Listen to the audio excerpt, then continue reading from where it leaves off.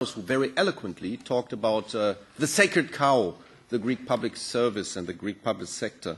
And he also made clear that the only achievement that the Troika got was by a blackmailing. You do this, otherwise you don't get the money. I would like to ask Mr. Reichenbach now whether he can confirm that it's very difficult to work together with the Greek public sector, whether blackmailing is the only way to make them change things, and whether the very naive idea that you shouldn't advise, but you should do it, as Mr. Manos put it. He said, don't advise, just do it. This was the starting point, I think, of your mandate in the perception, whether you think that that was too naive from the very beginning. I have a question to Mr. Poppens. Thank you very much for the presentation, which, of course, talked about the better absorption rate in comparison also to other EU countries. Now, the reality is that from the 30 billion of euro, 31 billion of euro that are in the period 2007 until 2013, 11 billion have been paid. 20 billion are approved but not paid. Mr. Poppens is here. Approved but not paid. Approved means that they are pending. They are not really being used for the economy, for projects, for jobs to get done and jobs to get started. Now, my question is whether this is true, whether the main chunk of the money that falls into the positive absorption rate is indeed just approved and not paid.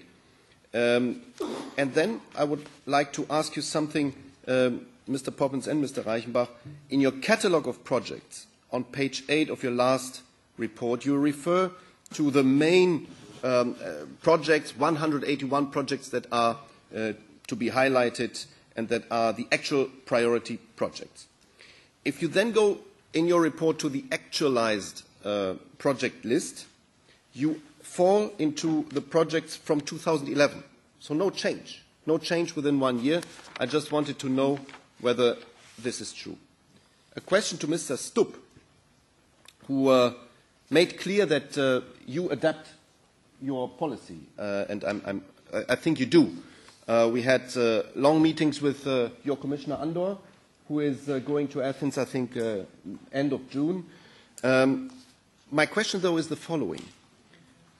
How many jobs have been created via the ESF?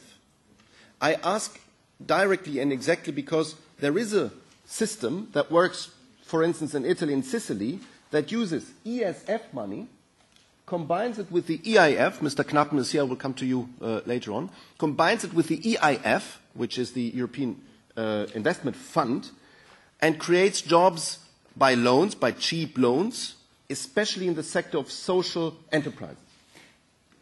The Greek law foresees that you can do that.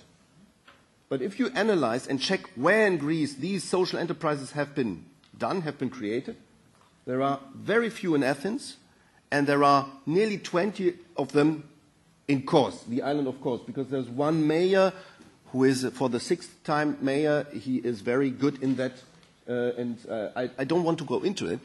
The mechanism is there. We are in the 4th year of the crisis, and none of these jobs have been created upon this new mechanism. Why does it take so long? So I'm happy that you adapt, but why does it take so long? And can we be confident that on 25th of June, when Mr. Andor goes to Athens, we might see at least some 3, 4, 5 jobs being created under this scheme? My last question goes to Mr. Knappen. Thank you very much for elaborating on the figures and also on what you are doing, and congratulations to signing a lot of contracts. Maybe I would like to highlight the last project you mentioned, the metro in Thessaloniki, which will absorb some 400 million of euro, as you said. Nobody here is against Mr. The mayor of Thessaloniki, who is indeed one of the most innovative, so this is good. But how can Mr. Hahn, the commissioner of Mr. Poppens, on one hand say the big projects are over, we have to concentrate very much on spurring the economy by SMEs, and this is a big project, and at the same time, you are still in the old mentality, 400 billion for a big infrastructure project, and on the other hand, you yourself mentioned that the much more important tool, which is the SME Guarantee Fund, which is under discussion for maybe 2 years now, was foreseen to be indeed opened in May, and there is nothing there yet. So, when will this SME Guarantee Fund start? This is of utmost importance, as you can imagine, because we all agree, all parties and all DGs of commissions agree that creating SMEs is the best way to create jobs, but this most important element is missing. My question to you, Mr. Knappen, is why is it missing? Is it because of the Greek government? Is it because of the Troika not finding a way to handle this with the task force and with the EIB and with the EIF? Are there too many partners involved? And when can we finally see this really most important instrument to get started? Thank you.